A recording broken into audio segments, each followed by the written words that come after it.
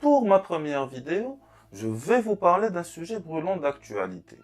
Depuis que le gouvernement a annoncé le recours au financement non conventionnel pour se financer, ou pour être plus exact du recours à la planche à billets, le sujet qui a fait couler énormément d'encre et fait intervenir des experts de tous bords est au cœur des discussions de tous les Algériens.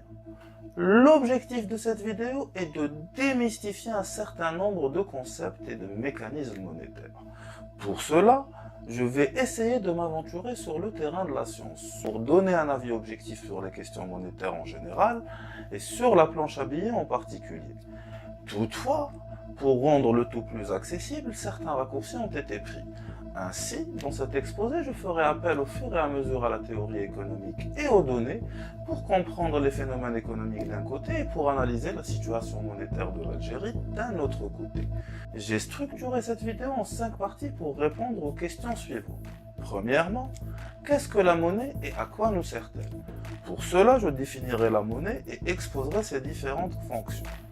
Deuxièmement, qu'est-ce que la masse monétaire et comment la mesure-t-on? Pour répondre à cette question, j'exposerai de manière ludique les agrégats monétaires les plus importants.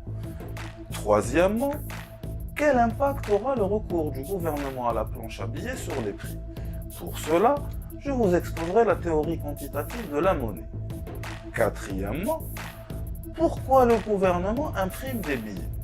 Au bout de cette partie, vous vous rendrez compte que l'origine du problème de l'inflation n'est pas monétaire, mais plutôt budgétaire.